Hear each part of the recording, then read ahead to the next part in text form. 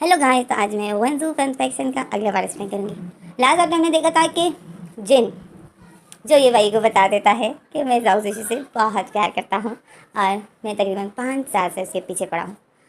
और ये भाई जो ये सुनकर ये भाई शौक में था, तो इसमें हमारा सीन कट हो जाता है। हमें अगला सीन दिखाते हैं। जिन जो बैठा हुआ था बेड पर और जिनकी आंखों से आंसू बह रहे थे। जिन बोलता है, हाँ, मुझसे बिल्कुल भी बर्दाश्त नहीं हो रहा है कि जाऊ जिशु की शादी बहन केजिंग के साथ होने वाली है और जाऊ जिशु के 2 बच्चे हैं। नहीं, मैं जाऊ जिशु की शादी नहीं करवा सकता हूँ बहन केजिंग के साथ। और जिन के भाई को बोलता है, ये भाई कुछ करो ना। तुम्हें तो पता ही है कि जब एक पर्सन दूसरे पर्सन से प्यार करता है तो कितनी तकलीफ़ होती है जब वो दूर हो रहा होता है। तुम पर तो ये बीता है, तुमने तो ये फीलिंग फील की है। मेरी मदद करो जी ये भाई, मैं जाऊ जिशु के बगैर नहीं रह सकता हूँ। ये भाई जो विंडो के बाहर ही देख रहा था और ये भाई की आंखें नम थी क्योंकि ये भाई इस फीलिंग को जानता था। क्योंकि ये भाई भी अपने लव को खो चुका था, अपने लवर को खो चुका था और जो अभी तक नहीं भूला है उसको। अब ये भाई का लवर कौन है ये तो हमें आगे ही पता चलेगा। और आखिर ये भाई और उसका ब्रेकअप कैसे हुआ तो ये हमें आगे पता चलेगा। फिलहाल हम जिन और जाऊ जिशु पर आ जाते हैं। तो ये भाई जो अपना फेस फिर जिन की तरफ करता है और बोलता है, जिन तुम्हें पता है क्या है क्यों जाऊ जिशु की माँ जाऊ जिशु की शादी वन गेजिंग से करवा रही है? तुम्हें कुछ नहीं है पता। तो जाओ जिन बोलता है, नहीं, मैं जाऊ जिशु को किसी और के साथ नहीं देख सकता हूँ। तो ये भाई बोलता है, जाऊ जिशु भी खुश नहीं है शादी में, बट ये शादी एक मजबूरी है क्योंकि जाऊ जिशु ने जो किया है तो अब जाऊ जिशु को ये भुगतना पड़ेगा। जाऊ जिशु को भी वन केजिंग के साथ रहना पड़ेगा, ना चाहते हुए भी वन केजिंग को जाऊ जिशु के साथ और जाऊ जिशु को वन केजिंग के साथ रहना पड़ेगा। वो दोनों एक दूसरे से प्यार नहीं करते हैं जिन। मैंने उन दोनों की आंखों में एक दूसरे के लिए प्यार नहीं देखा है, बट उनको शादी करनी है क्योंकि जाऊ जिशु की माँ ने बोला है। तो अभी शादी कैंसिल नहीं हो सकती है जिन। जिन जाओ ये भाई को देखता है। जिन बोलता है, मतलब तुम मेरी कोई मदद नहीं कर सकते हो? तो ये भाई अपनी आंखें नीचे कर देता है और बोलता है, सॉरी जिन, मैं तुम्हारी इसमें कोई मदद नहीं कर सकता हूँ। तो ये जिन तो ये भाई को देखकर गुस्से में हो जाता है और बोलता है, तुम नहीं कर सकते हो तो मत करो, मैं खुद ही कुछ ना कुछ कर लूँगा। तो ये भाई जिन को देखता है। ये भाई बोलता है, जिन तुम ऐसा कुछ भी नहीं करोगे। तो जिन बोलता है, मैं ऐसा करूँगा, मैं तुम्हारी तरह नहीं हूँ जो चुपचाप बस बैठा रहूँगा, जो मैं चुप बैठा रहूँगा। मैं अपने जाऊ जिशु को पाने की पूरी कोशिश करूँगा। ये भाई वो तुम थे जो तुम चुप बैठे रहे और तुम्हारा प्यार तुमसे दूर हो गया। उसको तो पता भी नहीं है कि तुम उसको पागलों की तरह प्यार करते हो। तो ये भाई जो जाऊ जिन को देख रहा था गुस्से से, ये भाई बोलता है, जिन जैसे तुमने अभी तक जाऊ जिशु को नहीं बताया है ऐसे मैं भी नहीं बता सकता था। तो इसी में तो ये भाई को काल आ जाती है। तो जिन तो ये भाई जो जिन को देखता है और फिर ये भाई बोलता है, जिन एक्सक्यूज़ मी। और फिर ये भाई को काल अटेंड करता है। तो ये भाई बोलता है, हाँ जाऊ जिशु क्या हुआ?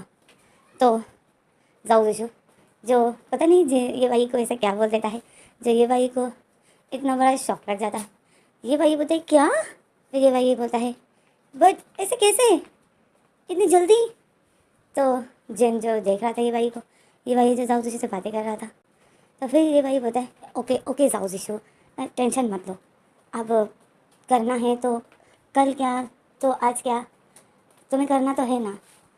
और वैसे भी तुम अगर मामा से बात कर भी लो तो तुम्हारी माँ मुझे नहीं लगता कि इस बार मान जाए, तुम्हारी कोई भी बात सुन ले, क्योंकि मैंने देखा है तुम्हारी माँ बहुत ज़्यादा स्ट्रिक्ट है जाऊ जिशु। तो जाऊ जिशु जो जी भाई से बातें कर रहा होता है।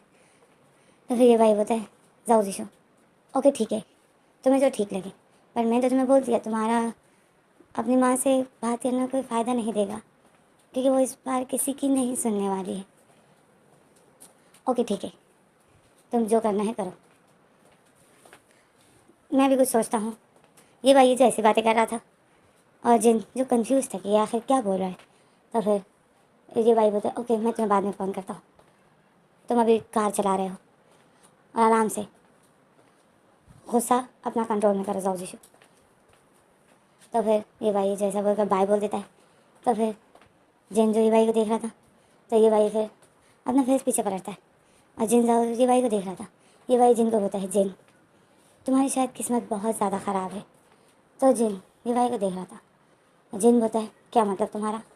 तो ये भाई बोलता है, तुम्हारे लिए गुड न्यूज़ है।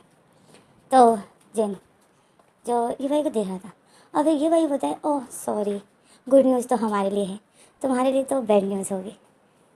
तो जिन शौक में था कि आखिर ये भाई बोलना क्या चाहता है। और ये भाई जब फिर जिन को देख कर डेवल सुनाया करता है।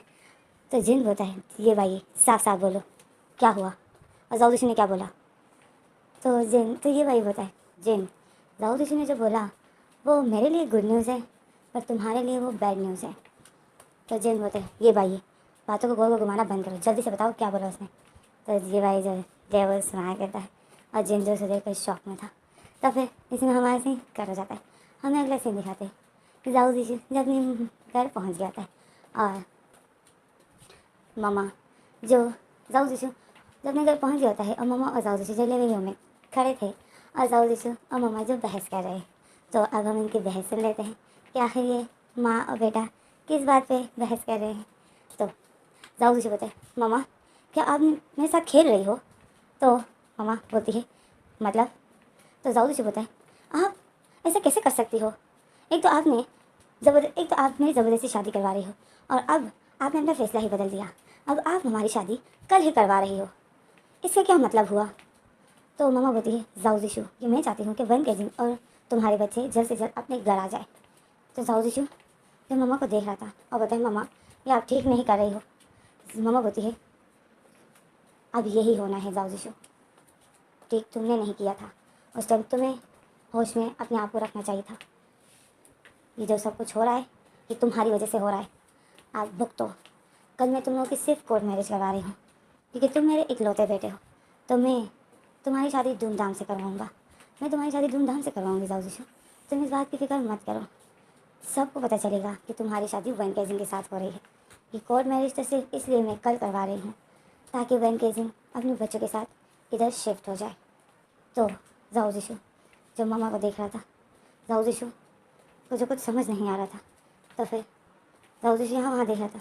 फिर जाऊद बोलता है, मामा बट मेरी शादी वन केजिंग से हो रही है, ये सबको पता नहीं चलना चाहिए, नहीं तो फिर। मामा मैं जाऊद को देख रही थी। अब वो तो माँ है, माँ तो अपने बच्चों की हर चालाकी को जानती है। तो मामा देख रही थी जाऊद को और जाऊद बोलता है कि अगर मेरे दुश्मनों को पता चल गया कि वन केजिंग मेरा हस्बैंड है तो फिर वो लोग वन केजिंग को नुकसान पहुंचाएंगे। तो आप सिर्फ कोर्ट मैरिज ही करवा दीजिए। तो मामा जो जाऊद को देख रही थी, मामा बोलती है, जाऊद ये इडियट किसी और को बनाना, ओके? तुम्हारी माँ हूँ मैं, मुझे अभी तक तुम्हारे किसी दुश्मनों ने नुकसान नहीं पहुंचाया। तो तुम मुझे ज़रा बताओगे कि तुम्हारा ऐसा कौन सा दुश्मन है जो तुम्हारे हस्बैंड को नुकसान पहुंचाएगा? तुम्हारे उस दुश्मन ने कभी मुझ पर तो हमला नहीं किया। तो जाऊद बताइए, क्योंकि मामा आप घर पर रहती हो पर वन केजिंग तो घर पर नहीं रहेगा ना। तो मामा बोलती है, मैं भी जब कहीं जाती हूँ तो बॉडीगार्ड्स मेरे पास साथ होते हैं, तो इसी तरह वन केजिंग के साथ भी तुम्हारे बॉडीगार्ड्स होंगे। तुम बेफिक्र रहो, ओके? और जाओ शादी की तैयारियाँ शुरू करो और वकील को फ़ोन करो। मैं कल ही तुम लोग की कोर्ट मैरिज करवा रही हूँ।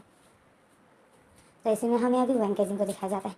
वन केजिंग जो गुस्से में था और वो गुस्से में जो वेजिटेबल्स काट रहा था, और जब वो गुस्से में काट रहा था तो जो टस टस की आवाज़ें आ रही थी और एक बेबी जो बेड पर लेटा हुआ था और एक जो खेल रहा था।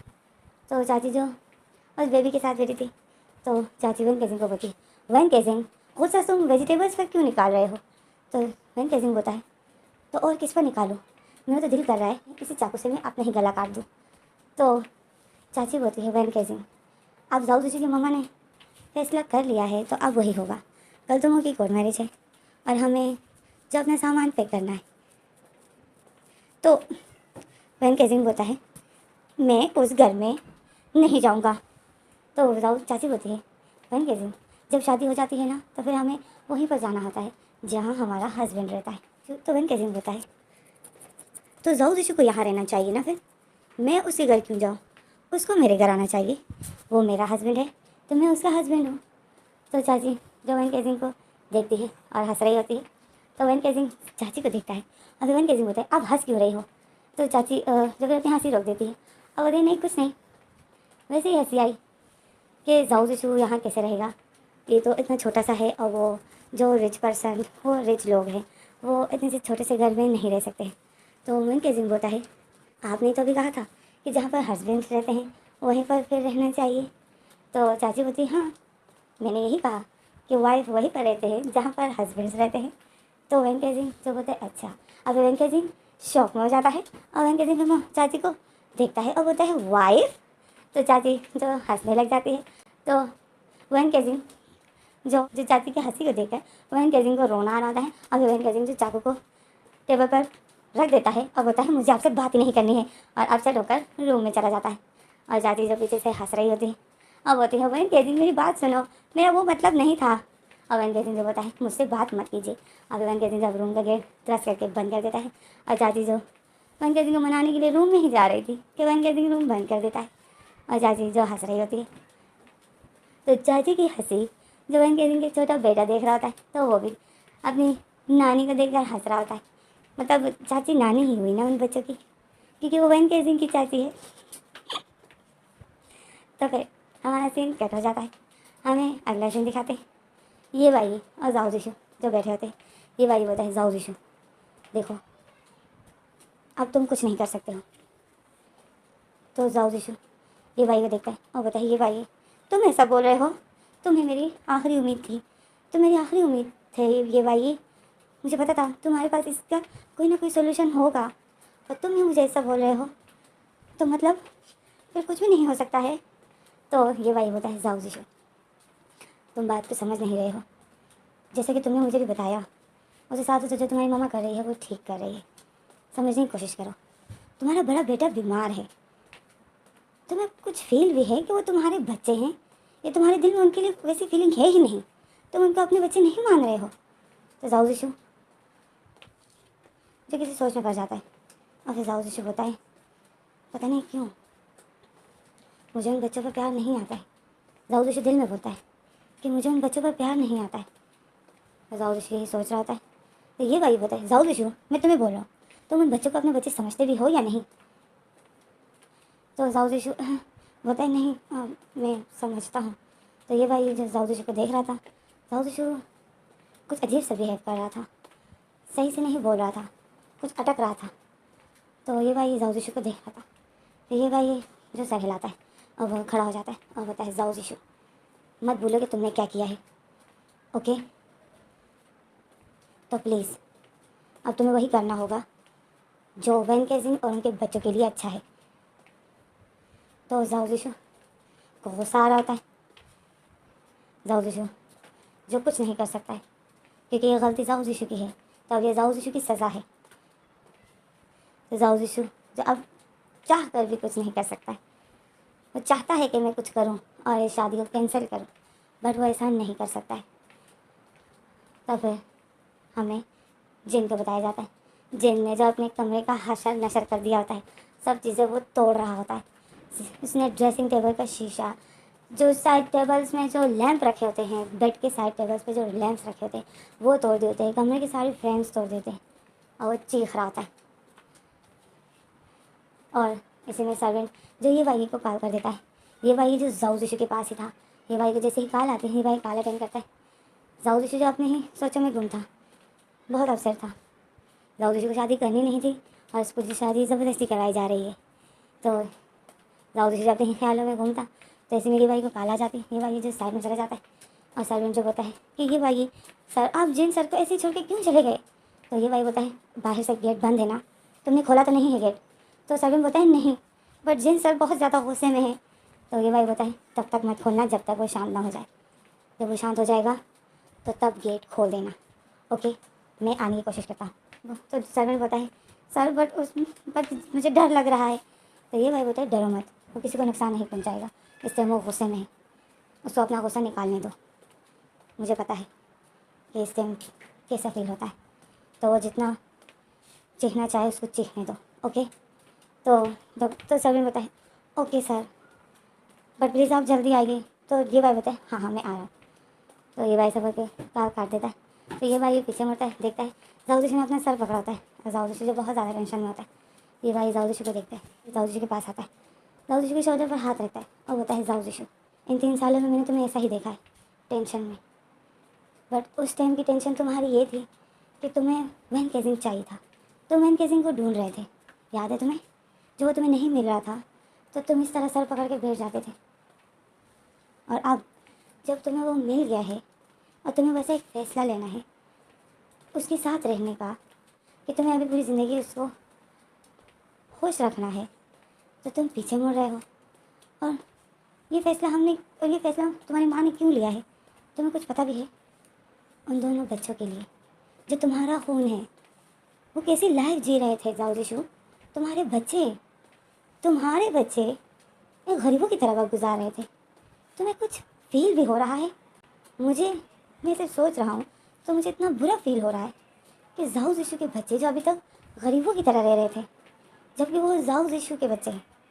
इतने अमीर आदमी के बच्चों ने इतने साल जो इतनी गरीबी बर्दाश्त की, तुम्हें थोड़ा सा भी एहसास नहीं है? तुम अपने बच्चों के बारे में सोचो। जाओदीशु सोचता है तो जाओदीशु के दिल में कभी ऐसी फीलिंग आई नहीं। वो वैन केजिंग को ढूंढने में इतना गुम था। जाओदीशु इन 3 सालों में वैन केजिंग के लिए इतना टेंशन में होता था कि कभी उसने ऐसा सोचा ही नहीं कि मैं फ्यूचर में शादी करूं, मेरे बच्चे हो, मैं अपने बच्चे के साथ ऐसे रहूँगा। जाओदीशु के बस दिलो दिमाग में बस वही बच्चा था, मुझे उस बच्चे को ढूंढना है। क्योंकि दिन रात जाओदीशु जो अपनी उस गलती को याद करता था, सोता था तो वैन केजिंग उसके सपनों में आता था, उठता था तो जाओदीशु के साथ ऐसा कुछ ना कुछ ज़रूर होता था जिसके साथ वैन केजिंग जुड़ा हो। दिन में जाओदीशु को अपनी गलती फील होती थी। इन 3 सालों में कभी जाओदीशु ने ये नहीं सोचा कि मैं किसी के साथ अपनी लाइफ बिताऊं, मैं भी किसी के साथ शादी करूं, प्यार करूं, किसी को अपनी गर्लफ्रेंड बनाऊं। जाओदीशु अपने ऐशो आराम की लाइफ से जैसे दूर ही हो गया था। वाइन पीना छोड़ दिया था, ड्रग्स पीना छोड़ दिया था, नाइट्स बार में जाना उसने छोड़ दिया था, और बस अपनी इसी गलती पर पछताता था कि मैंने एक बच्चे को इतना नुकसान दिया है, यही बस सोचता था। तो जाओदीशु को बिल्कुल भी फीलिंग होती ही नहीं है अपने बच्चों के लिए। ये भाई शौक में था। ये भाई जाओदीशु को बताए, तुम्हें बोल रहा हूँ मैं जाओदीशु, तुम्हें बुरा नहीं लगा जब तुमने पहली बार अपने बच्चों को एक ऐसे घर में देखा, एक ऐसे कपड़ों में देखा, और तुमने देखा कि वो किस तरह खिलौनों के साथ खेल रहे थे? वो खिलौने कैसे थे? टूटे फूटे खिलौने थे वो। उस टाइम मुझे इतना बुरा लग रहा था। तुम्हें उस टाइम बुरा नहीं लगा जाओदीशु? तो जाओदीशु ये भाई की बातों को सुनता है। तो ये भाई बोलता है, जाओदीशु तुम बहुत सेल्फिश हो, तुम्हें बस अपनी पड़ी है। तो ये भाई ऐसा बोलता है, जाओदीशु अपना फेस उठाता है, ये भाई को देखता है, और ये भाई बोलता है, हाँ तुम बहुत सेल्फिश हो। आखिर तुम वैन केजिंग को ढूंढना ही क्यों चाहते थे?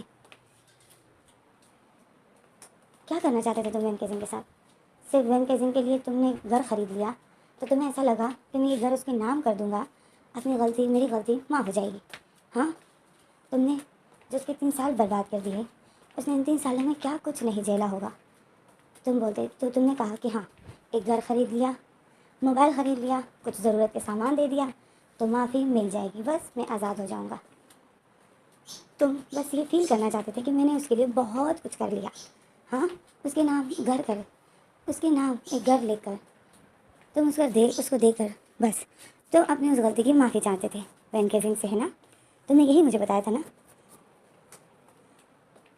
बट ज़रा सोच कर देखो कि उन 3 सालों में महीने कितने होते हैं, उन महीनों में दिन कितने होते हैं, और उन दिनों में घंटे कितने होते हैं, और उन घंटों में मिनट कितने होते हैं, और उन मिनट्स में सेकंड्स कितने होते हैं। उस एक एक सेकंड वैन केजिंग जब याद करता होगा कि एक आदमी ने मुझ पर हमला किया था, तो तुम ज़रा सोचो कि वैन केजिंग कैसे उसका दिन गुजरता होगा। वो अंधेरे से डरता है, वो अकेले आने जाने से डरता है। तुमने एक अच्छे खासे लड़के की लाइफ बर्बाद कर दी, और तुम उसकी माफ़ी सिर्फ उसको एक घर देकर और कुछ ज़रूरत के सामान देकर उसे माफ़ी चाहते थे। ये सेल्फिश ही हुए ना तुम। और अब जब तुम्हें पता है कि उसके पास तुम्हारे 2 बच्चे हैं, अब तो वो किसी के साथ शादी भी नहीं कर सकता है, और वो अपनी फैमिली नहीं बना सकता है, क्योंकि अब वो तुम्हारी फैमिली है जाओ जिशु, अब वो तुम्हारी फैमिली है। जाओ जिशु ये भाई की बातें सुनता है।